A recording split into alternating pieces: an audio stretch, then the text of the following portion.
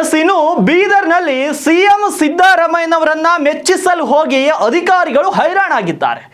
ರಾತ್ರೋರಾತ್ರಿ ರಸ್ತೆ ಬದಿಗಳಲ್ಲಿ ಮರ ಗಿಡಗಳನ್ನ ನೆಡಲು ಮುಂದಾಗ್ತಾರೆ ಅರಣ್ಯ ಇಲಾಖೆ ಅಧಿಕಾರಿಗಳು. ಏನೋ ಬೀದರ್ ನಗರದ ಚಿದ್ರಿ ರಸ್ತೆಯಲ್ಲಿ ಮರ ಗಿಡಗಳನ್ನ ನೆಡಲು ಪ್ಲಾನ್ ಮಾಡಿದ್ರು.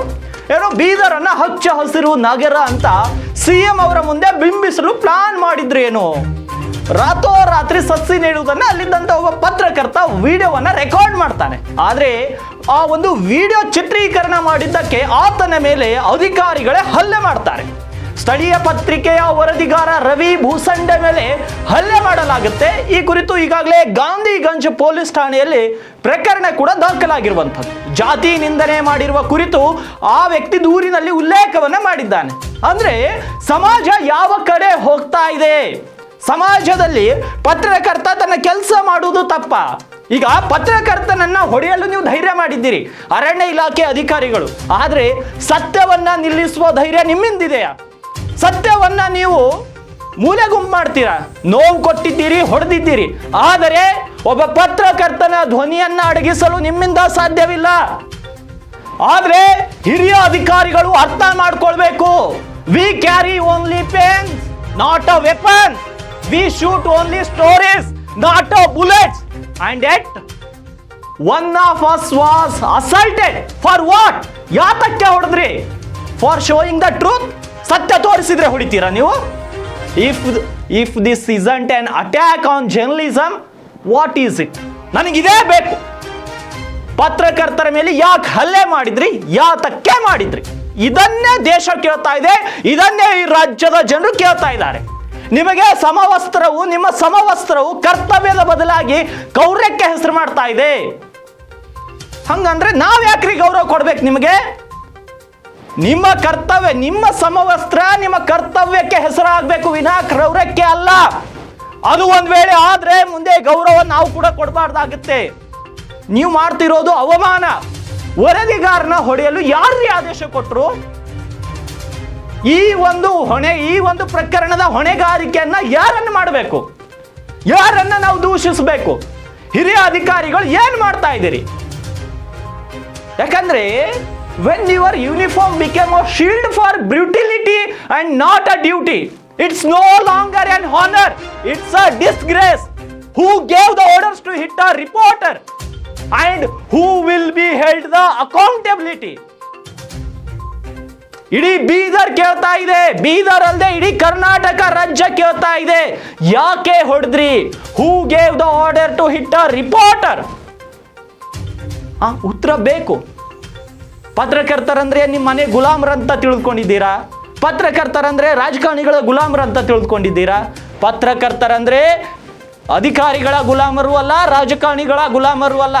ನೀವು ತಪ್ಪು ಮಾಡಿದ್ರೆ ನಿಮಗೆ ಅಂಕುಶ ಹಾಕುವವರು ನಾವು.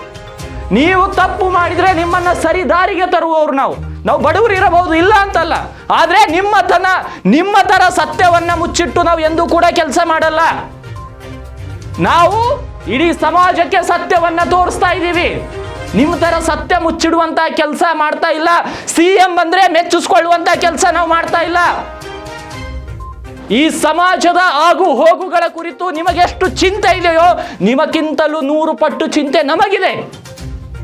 ಭ್ರಷ್ಟಾತೀತ ಭ್ರಷ್ಟರು, ಲಂಚಕೋರರ ತುಂಬಿ ಹೋಗಿರುವಂತ ಈ ವ್ಯವಸ್ಥೆಯಲ್ಲಿ ಇಂದಿಗೂ ಕೂಡ ನೈಜ ಸುದ್ದಿಗಳನ್ನ ಬಿತ್ತರಿಸೋದು ನಾವು ಮಾಡ್ತಿರೋ ತಪ್ಪ. ಯಾರೀ ಆರ್ಡರ್ ಕೊಟ್ರು ನಿಮಗೆ? ಯಾರೀ ಆರ್ಡರ್ ಕೊಟ್ರು ಪತ್ರಕರ್ತರನ್ನ ಹೊಡೆಯೋಕೆ? ಯಾರಾದ್ರೂ ಆರ್ಡರ್ ಕೊಟ್ಟಿದ್ರ? ತೋರಿಸಿ. ಹಾಗಿದ್ರೆ ಯಾರಾದ್ರೂ ಆದೇಶ ಮಾಡಿ ತೋರಿಸ್ರೆ.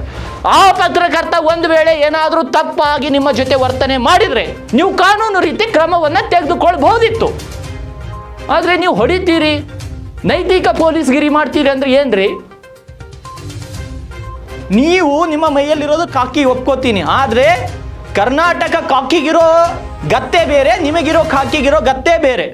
ನಮ್ಮ ರಾಜ್ಯ ಪೊಲೀಸ್ ಮತ್ತು ನ್ಯಾಯಾಂಗ ವ್ಯವಸ್ಥೆಯಲ್ಲಿ ಇಡೀ ಭಾರತಕ್ಕೆ ನಂಬರ್ 1 ಸ್ಥಾನ ಬಂದಿದೆ. ಅದು ಬಂದು 2 ದಿನ ಆಗಿಲ್ಲ. ಫಾರೆಸ್ಟ್ ಅಧಿಕಾರಿಗಳು ಪತ್ರಕರ್ತರನ್ನ ಹೊಡಿತಾರಂದ್ರೆ ಏನ್ರಿ ಲೆಕ್ಕ ಇದು? ಅಂದ್ರೆ ಡೆಮೋಕ್ರಸಿ ಎಲ್ಲಿದೆ? ಪ್ರಜಾಪ್ರಭುತ್ವದ 4ನೇ ಅಂಗ ಅಂತ ಹೇಳಲ್ಪಡುವಂತ ಒಬ್ಬ ಪತ್ರಕರ್ತನ ಮೇಲೆ ರಾತ್ರಿ 10-11 ಗಂಟೆಗೆ ಈ ರೀತಿ ಹಲ್ಲೆ ಆಗುತ್ತಂದ್ರೆ ಅದು ಆ ವ್ಯಕ್ತಿಯಲ್ಲಿ ಮಾಡಿದ್ದೇನೂ ಇಲ್ಲ, ಇವ್ರಿಗೆ ಲಂಚ ಕೇಳಿದ್ದಿಲ್ಲ, ಇವ್ರಿಗೆ ದುಡ್ಡು ಕೇಳಿದ್ದಿಲ್ಲ, ಅಲ್ಲಿ ಅವು ಕೇಳಿದ್ದು ಯಾಕೆ ಗಿಡಗಳನ್ನ ನೆಡ್ತಾ ಇದ್ದೀರಿ ಅಂತ. ಈ ವಿಷಯಕ್ಕೆ ಇಷ್ಟೊಂದು ರಾದಂತ ಮಾಡಿ ಹೊಡಿತೀರಾ, ಬಡಿತೀರಾ, ಠಾಣೆಗೆ ತಂದು ಬಿಡ್ತೀರಾ ಅಂದ್ರೆ ಪ್ರಜಾಪ್ರಭುತ್ವ ಎಲ್ಲಿದೆ ಹಾಗಿದ್ರೆ? ಈ ಒಂದು ವಿಚಾರ ಹಿರಿಯ ಅಧಿಕಾರಿಗಳು ತನಿಖೆಗೆ ಒಳಪಡಿಸಬೇಕು. ಪತ್ರಕರ್ತ ತಪ್ಪು ಮಾಡಿದ್ರೆ ಆತನಿಗೆ ಶಿಕ್ಷೆ ಆಗಲಿ, ಅದರಲ್ಲಿ ಬೇರೆ ವಿಷಯನೇ ಅಲ್ಲ.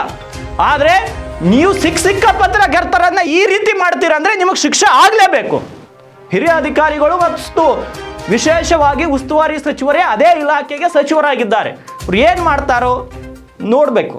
ಒಂದು ವಾರ 15 ದಿನ ಏನು ಟೈಮ್ ತಗೊಂತಾರೋ ತಗೊಳ್ಳಿ.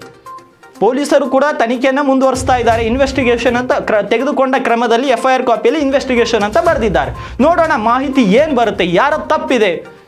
ಆದರೆ ಪತ್ರಕರ್ತರನ್ನ ಈ ರೀತಿ ಪತ್ರಕರ್ತರ ಮೇಲೆ ಹಲ್ಲೆ ಮಾಡೋದು ಸರಿ ಅಲ್ಲ. ಇದು ಸಮಾಜಕ್ಕೆ ನಾವು ಕೊಡುವಂಥ ಒಳ್ಳೆಯ ಸಂದೇಶವೂ ಕೂಡ ಅಲ್ಲ.